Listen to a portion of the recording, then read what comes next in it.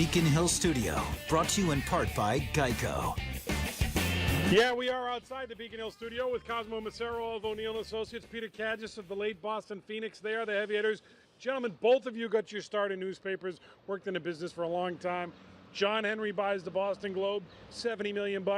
Jeff Bezos buys the Washington Post, $250 million. What's with all these billionaires buying newspapers, Cosmo? I know. Talk about yesterday's news. John Henry buys the Globe. It's a big story for about 12 hours, and then boom, the guy that owns Amazon buys the Washington Post.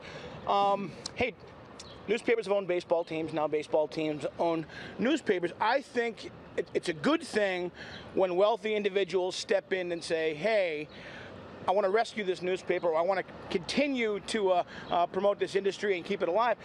There are issues and conflicts that could arise from that, particularly here in Boston with the Red Sox and John Henry. But end of the day, I think it's a good thing that people are investing in the business. We'll see how it plays out.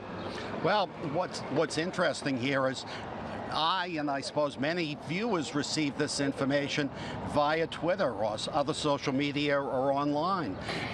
That, in a way, is the story in a nutshell. Including a lot of the losing bidders. Including a lot of the losing bidders, yeah. You'll notice you haven't heard too many people saying they were outbidding Bezos. No. $250 million? No. He had to be the top bidder there. Well, no, to respond to that point, Henry was apparently not the top bidder on the sale for the Globe, but the New York Times wanted to sell to someone who they thought would preserve the values of the newspaper. That's what the Washington Post did. They didn't offer it for sale. They, through an investment bank, Allen and Company, approached individuals who they thought would be good stewards for the newspaper. I think that's the model here. Another thing to bear in mind is that this is opting out of the stock market. They're going to be privately held.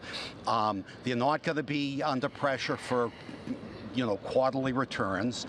I think the trend is a good one. Although, as Cosmo pointed out, here in Boston, where the Red Sox had tremendous news, it'll be interesting to see how those conflicts are negotiated. Well, finally, you two, when you started in the newspaper business, people in the newspaper business would thumb their nose at outsiders trying to get involved. Now they're begging people that have no newspaper experience to rescue them.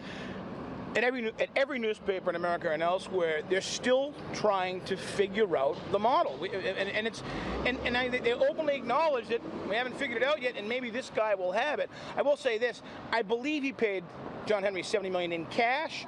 I think any seller would see $70 million in cash as probably a better quality bid than $30 million in cash and then a syndication of debt. But Peter's right. I think they took into consideration you have a local business figure, a civic leader, not a bad thing. Who's got a track record of keeping things around for a while and doing well with them? So I have no problem with it. Let's speak